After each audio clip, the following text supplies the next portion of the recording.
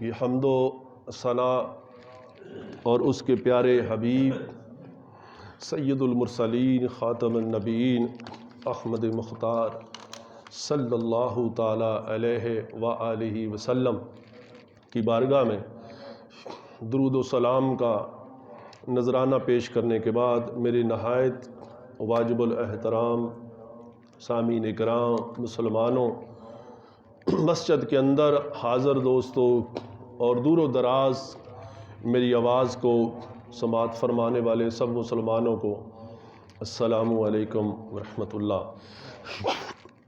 حدیث مبارکہ ہے کہ سید المرسلین احمد مختار خاتم النبیین جناب کریم آقا صلی اللہ تعالی علیہ وآلہ وسلم کا ارشاد گرامی ہے کہ جو شخص جمعے کے دن 80 مرتبہ میری ذات اقدس پہ درود و سلام پیش کرے 80 مرتبہ، تو اللہ تبارک و تعالیٰ اس کے 80 برس کے گناہ معاف فرما دیتا ہے۔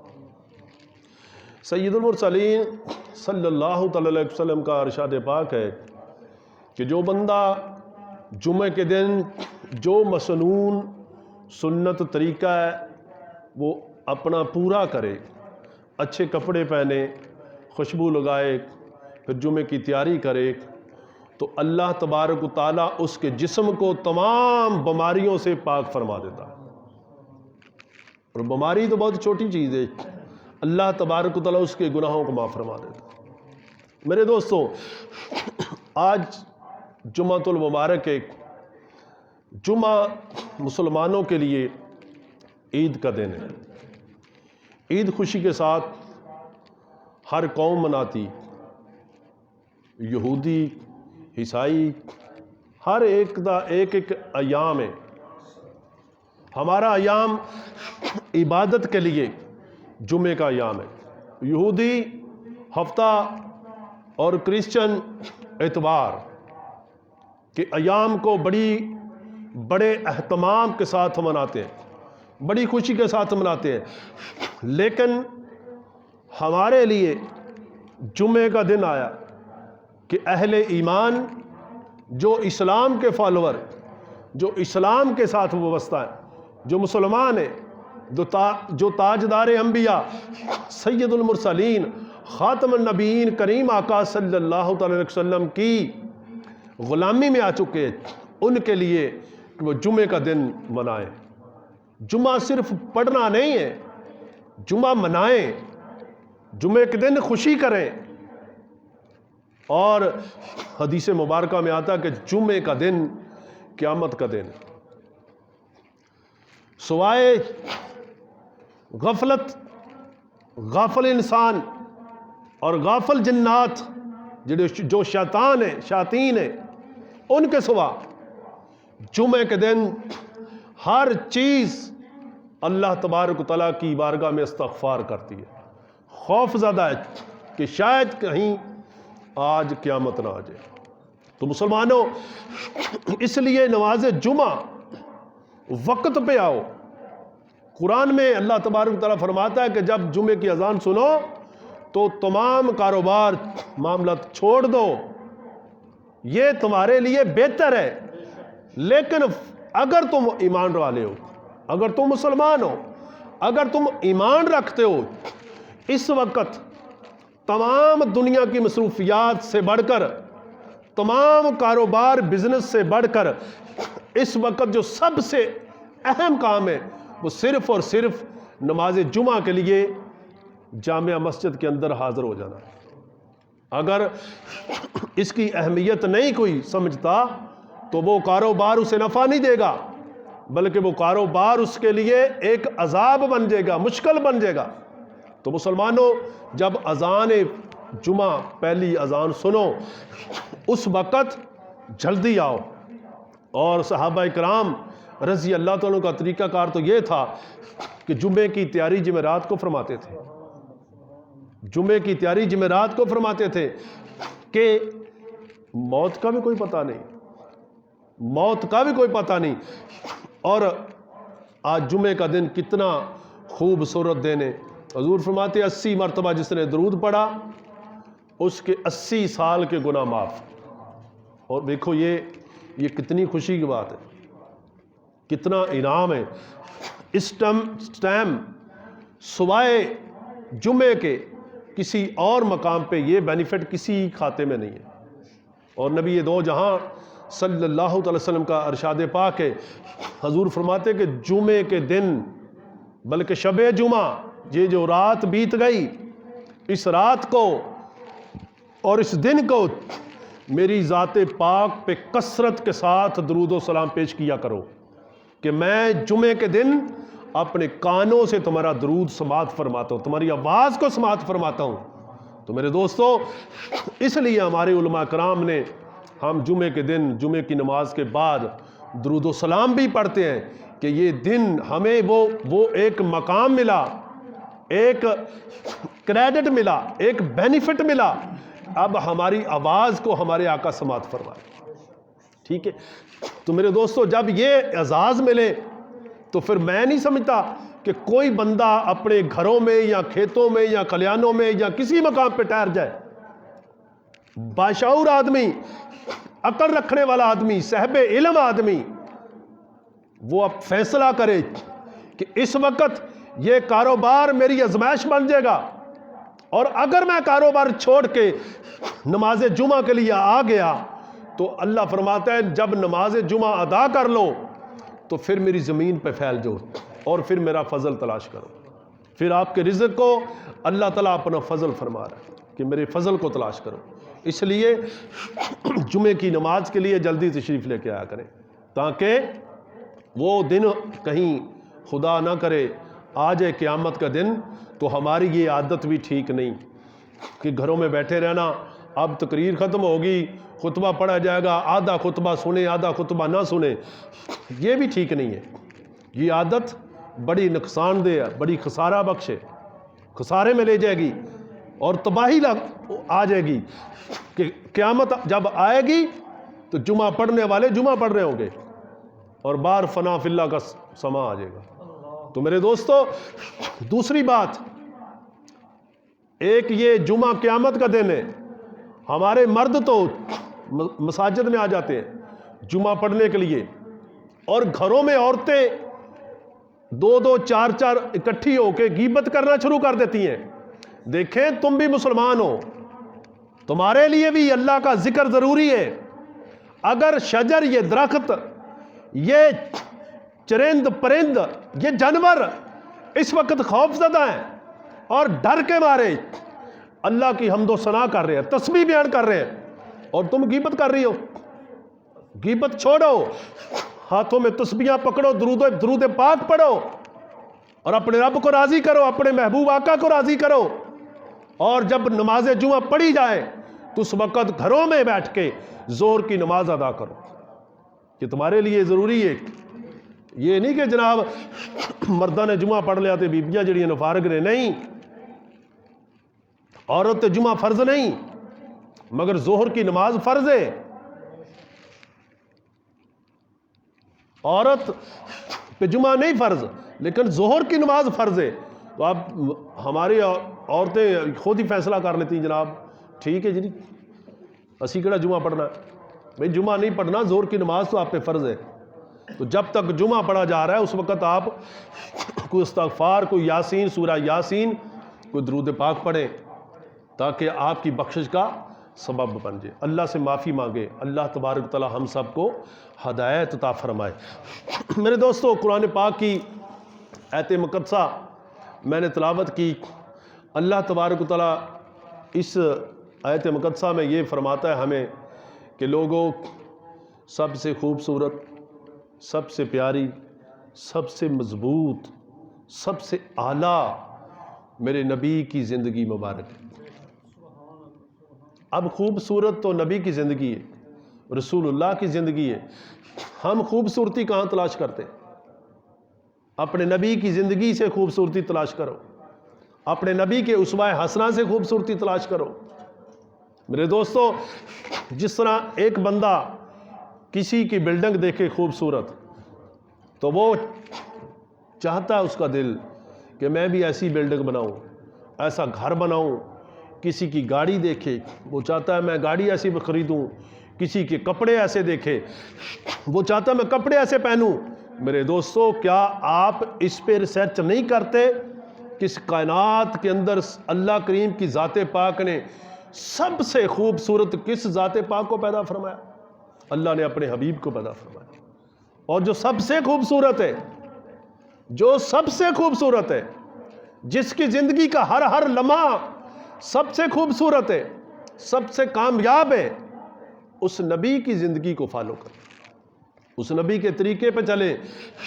وہ یہی تو اقبال نے لکھا ہے کہ اپنی ہی مٹی پہ چلنے کا کرینہ سیکھو، سنگ مرمر پہ چلو گے تو پھسل جاؤ گے، اور دیے کی لو سے کرو حاصل روشنی، سورج کی شعاؤں سے کھیلو گے تو جل جاؤ گے. آج ہمارے اسکولوں میں یہ سائنس تو ہمیں بتا رہی ہے کہ انسان چاند پہ چلا گیا.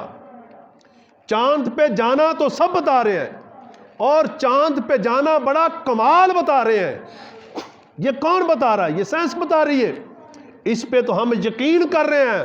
میرے دوستو، اپنے نبی کی زندگی دیکھو. میرے آقا اس طرح اشارہ فرماتے چاند شک ہو کے زمین پہ آ جاتا ہے. یہ علم سیکھو، اس کو سیکھو، یہ مقام حاصل کرو. ایک صحابی رسول تھے، غالباً نام ان کا حضرت طفیل رضی اللہ تعالیٰ عنہ. وہ کسی ابو جہل وغیرہ نے ان سے کہا کہ محمد رسول اللہ صلی اللہ تعالی وسلم ان کی آواز نہ سننا، ان کے پاس بیٹھنا نہ، ان کا کلام نہ سننا.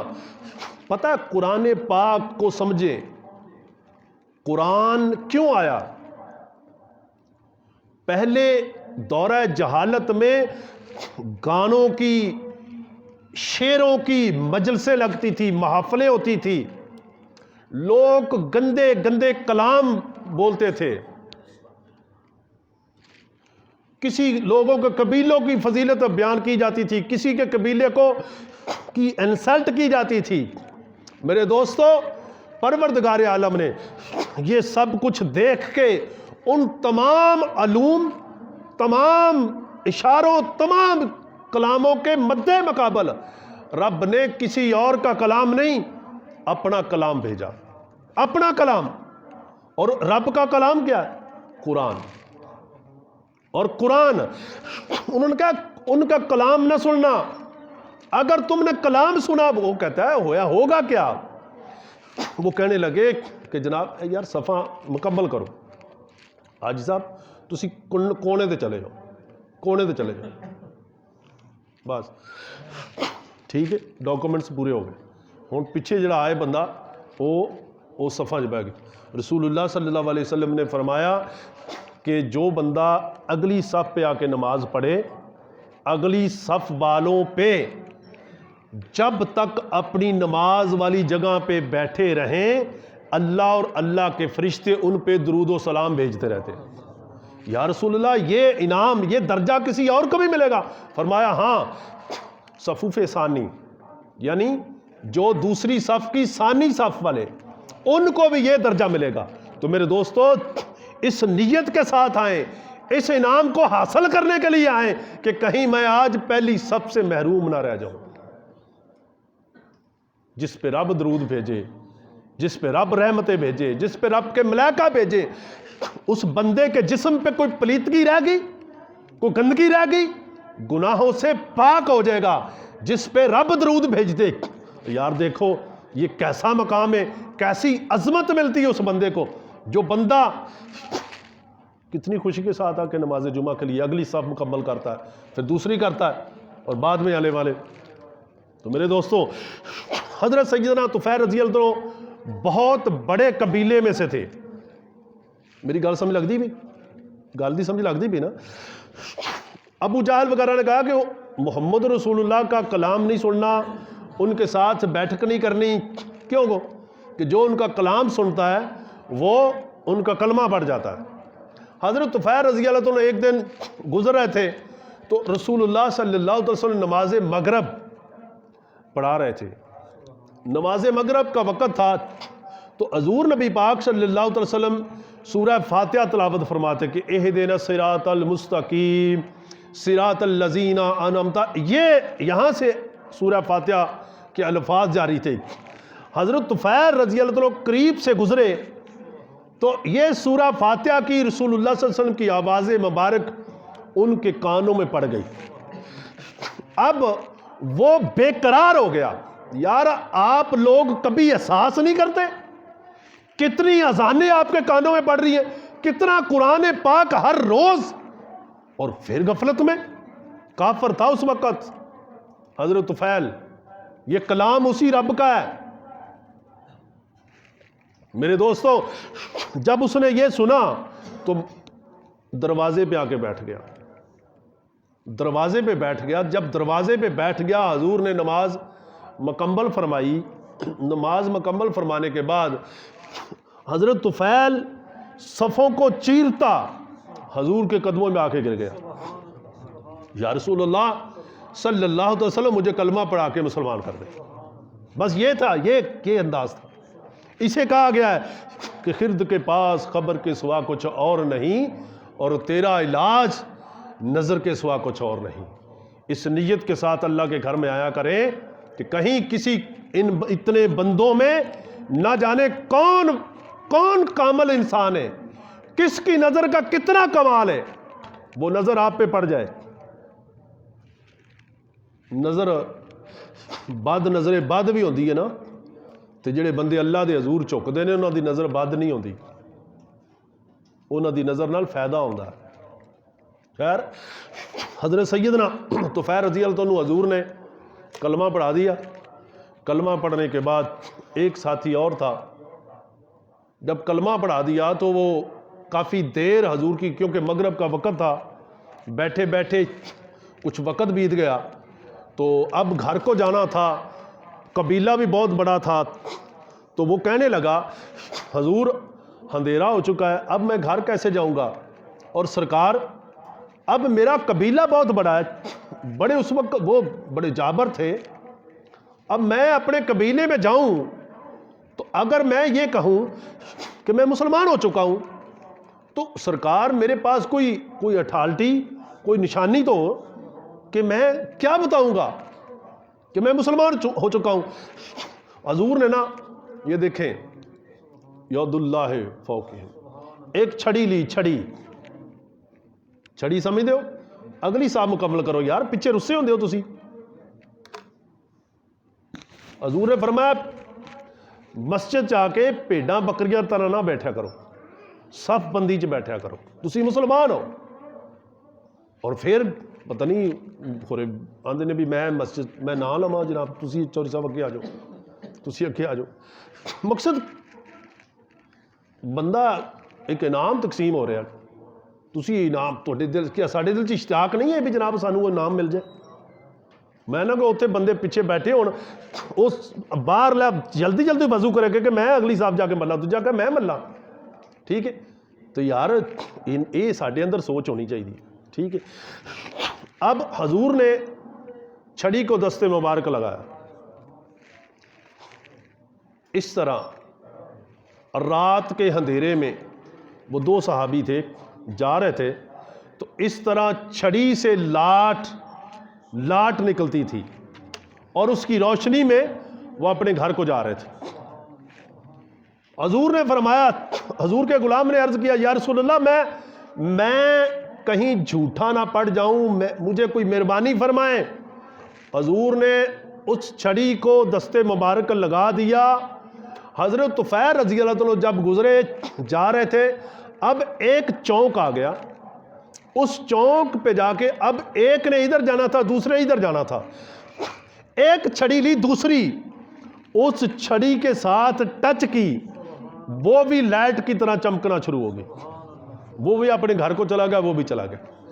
حضرت طفیل رضی اللہ عنہ فرماتے ہیں جب میں لوگوں میں، اپنے قبیلے میں، اپنی برادری میں جا کے لوگوں کو یہ بتاتا تھا کہ لوگوں میں مسلمان ہو چکا، وہ کہتے کہ تیرے پاس ثبوت کیا ہے؟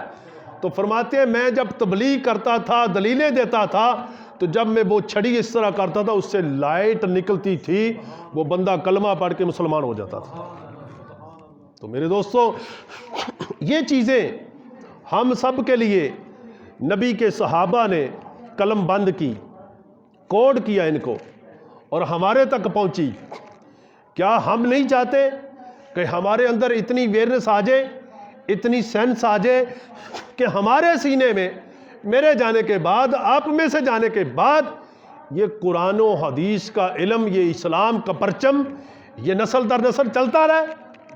تو میرے دوستو، اگر غفلت کا شکار بن گئے تو یاد رکھو ہمیں آنے والی نسلیں معاف نہیں کریں گی کل قیامت کو۔ اس لیے اپنی نسلوں کو بہتری کی طرف لے کے چلو۔ قرآن و حدیث یہی اصل علوم ہے، اس کی پابندی کے ساتھ، سختی کے ساتھ یہ تعلیم دو، ورنہ ہلاک ہو جاؤ گے، ہلاک ہو جاؤ گے، بچو گے نہیں۔ میں یہ ازبکستان ایک ملک ہے، ازبکستان، جہاں پہ شہنشاہ نقش بند حضرت بہاؤالدین نقش بند کا مزار پاک ہے۔ وہاں پہ ایک گورنمنٹ آ گئی کمیونسٹ کا عقیدہ پتہ کیا ان کے نظریے کے مطابق کہ وہ اللہ کو مانتے نہیں، خدا کا کوئی وجود ہی نہیں مانتے، بالکل نہیں مانتے۔ اچھا، وہ حکومت آ گئی، جیسے چند سال پہلے 1924-25 کا دور ہے، یہ سلطنت عثمانیہ جب ٹوٹی تو سلطنت عثمانیہ جو تھی ان کے پاس سب سے بڑی پاور کیا تھی؟ وہ محبت رسول صلی اللہ علیہ وسلم تھی، وہ سنت رسول صلی اللہ علیہ وسلم تھی۔ اور اس وقت کی گورنمنٹ نے اتنی پالیسیوں کے ساتھ سلطنت عثمانیہ کو پاش کر دیا اور ترکی کو سیکولر بنا دیا، سیکولر، لیبرل۔ داڑھی کی سب سے پہلے کوئی اہمیت نہیں، مساجد کو بند کرا دیا گیا، مدارس کو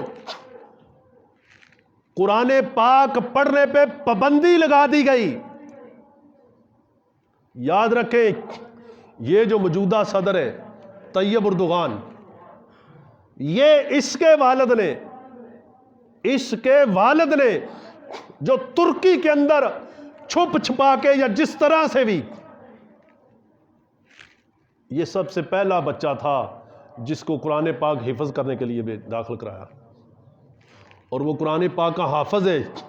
اور وہ حافظ، اس حافظ قرآن کو جب گورنمنٹ ملی تو اس نے وہ مساجد جس کو کئی سالوں سے چرچ کی شکل میں تبدیل کر دیا گیا تھا، وہ چرچ کو کینسل کر کے طیب اردوغان نے مسجد کا اعلان کر دیا۔ یہ تھی قرآن کی برکات، یہ تھی قرآن کی محبت۔ تو اگر ہمارے کی طرح سورۃ اخلاص ہی نہ پڑھنی آتی، ٹھیک ہے، خاتم النبیین نہ پڑھنے آتا، تو پھر وہ یہ کیسے کرتا؟ آپ دیکھیں، اسلام کو ختم کرنے کے لیے یہ دو سسٹم، سیکولر، لیبرل، چلو جی داڑھی رکھنا کیڑی ضروری ہے جی، پگ رکھنا کیڑی ضروری ہے جی، ان چیزوں کی اہمیت کو ختم کر دیا گیا، اور عورتوں کو بےہودہ قسم کا لباس پہنا دیا گیا، بڑے معاملات۔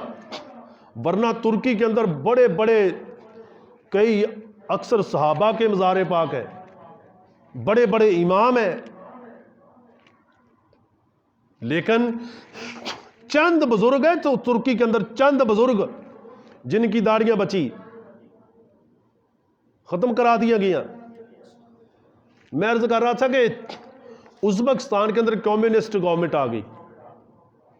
گورنمنٹ ہمیشہ سے، یہ جو اقتدار والے نا، اقتدار والے، یہ علماء حق کے ساتھ ہمیشہ ٹکر لیتے ہیں، پاش یہی ہو گئے، حق کے ساتھ ٹکر لیتے ہیں۔ امام احمد بن حنبل سے لے کر آج تک جو بھی بادشاہ آیا، اگر محمود غزنوی نہیں ٹکرایا تو اس کا شمار بھی آج اولیاء اللہ میں ہو رہا ہے۔ وہ غلام بن گیا وقت کے کامل حضرت ابو الحسن خارقانی کا، اور اس کی برکات یہ ملی کہ جناب ہندوستان آپ کے ہاتھوں فتح ہوا۔ ازبکستان کے اندر جب کمیونسٹ گورنمنٹ آئی، انہوں نے اجلاس بلایا، اجلاس بلانے کے بعد انہوں نے کہا کہ کابینہ اکٹھی ہوتی ہے نا، بادشاہ وزیر وغیرہ، انہوں نے کہا کہ جناب اسلام کو ختم کرنا ہے، کیسے کریں؟ کسی بدبخت نے یہ مشورہ دیا کہ قرآن کو ختم کر دو۔ اب قرآن کیسے ختم ہوگا؟ کیونکہ قرآن کو بھی ختم کر دو، نسخے ضبط کر دو، جلا دو، توبہ نعوذ باللہ۔ آپ کو پتہ ہمارے اکابرین یا ہمارے حکمران امت مسلمہ کو آگاہ نہیں کرتے، آئے روز یورپ کے اندر قرآن جلانے کے پروگرام ہوتے ہیں، لوگوں کا اجتماع ہوتا ہے۔ آپ کا کٹھ جمعہ میں اتنا نہیں ہوتا جتنا قرآن پاک کو شہید کرنے کے لیے لوگ اکٹھے ہوتے ہیں، اور وہ بڑی خوشی کا اظہار کرتے ہیں کہ جناب قرآن پاک کی کتاب کو لیتے ہیں اور آگ لگا دیتے ہیں، وہ اس پہ خوشی کرتے ہیں۔ ایک ہمارے پاس نماز پڑھنے کے لیے ٹائم نہیں ہے، تو قرآن پھیلانے کے لیے کیسے آئے گا ٹائم؟ خیر، انہوں نے کہا قرآن کو ختم کر دو اور حافظ قرآن کو ملک بدر کر دو، جیلوں میں ڈال دو، نہ قرآن پاک کا نسخہ ملے، نہ حافظ قرآن کوئی قرآن پڑھا بندہ بچے۔ کسی کو شہید کر دیا، کسی کو ملک بدر کر دیا، اور انہوں نے دعویٰ کر دیا کہ اب نہ قرآن بچا، نہ قرآن پڑھانے والا بچا، اب اسلام ختم ہو جائے گا، توبہ نعوذ باللہ۔